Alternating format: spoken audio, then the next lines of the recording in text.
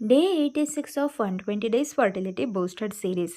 ಇವತ್ತು ಚಕ್ಕೆ ಪುಡಿ ಹಾಕಿ ಬಿಸಿ ಮಾಡಿದ ನೀರನ್ನು ಕುಡಿದು ದಿನಾನ ಶುರು ಮಾಡಿದ್ದಾಯಿತು.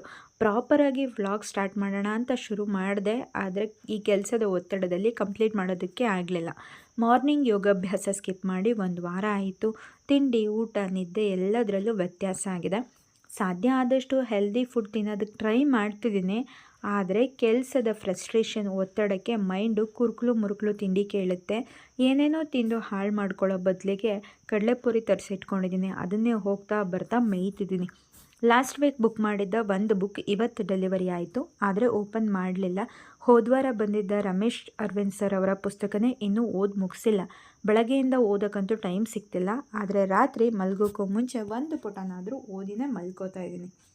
ಈ ಕೆಲಸದ ಮಧ್ಯೆ ವೀಡಿಯೋಸ್ ಮಾಡ್ಕೊಳ್ಳೋ ಅಷ್ಟು ಟೈಮೂ ಇರಲ್ಲ, ಆ ತಾಳ್ಮೆನೂ ಇರಲ್ಲ. ಹಾಗಾಗಿ ಯಾವುದೇ ಕ್ಲಿಪ್ಪಿಂಗ್ಸ್ಗಳನ್ನ ತೊಗೊಳಕ್ಕಾಗ್ತಿಲ್ಲ.